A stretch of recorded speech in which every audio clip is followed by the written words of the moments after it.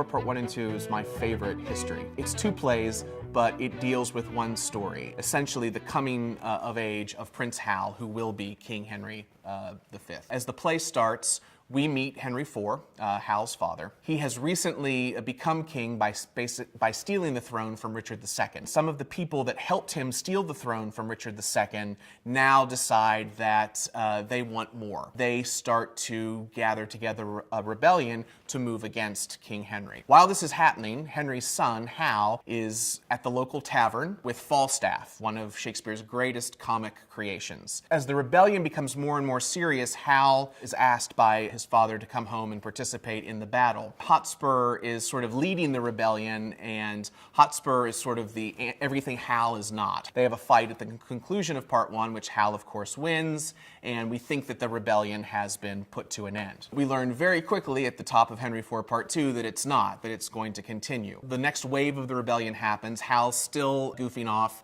with Falstaff. At Hal's coronation, where he's being crowned as King Henry V, Falstaff comes to him expecting his reward, his place. Hal rejects him. He turns to him and says that he knows him not, and breaks his heart. Hamlet is one of the greatest tragic roles in the canon. Rosalind is one of the greatest female roles in the canon. Falstaff is the greatest comic creation in the canon. This character who is able to be as ridiculous on stage, but is also able to turn out to the audience and have these fantastic comic passages that have so much meaning in them about the nature of honor and what that actually means on a battlefield. It's something that is another example of Shakespeare's genius. The 2014 production continues our history cycle, so it's more of a full-fledged staging of the show, where the cast that you saw in Richard II last year returns. I'm very excited about producing Part 1 and Part 2 together, and seeing Part 1 and Part 2 together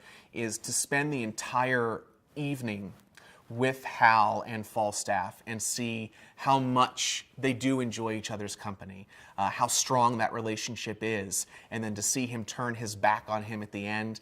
It's powerful theater, it's powerful drama, and when it's done right, there's not a dry eye in the house.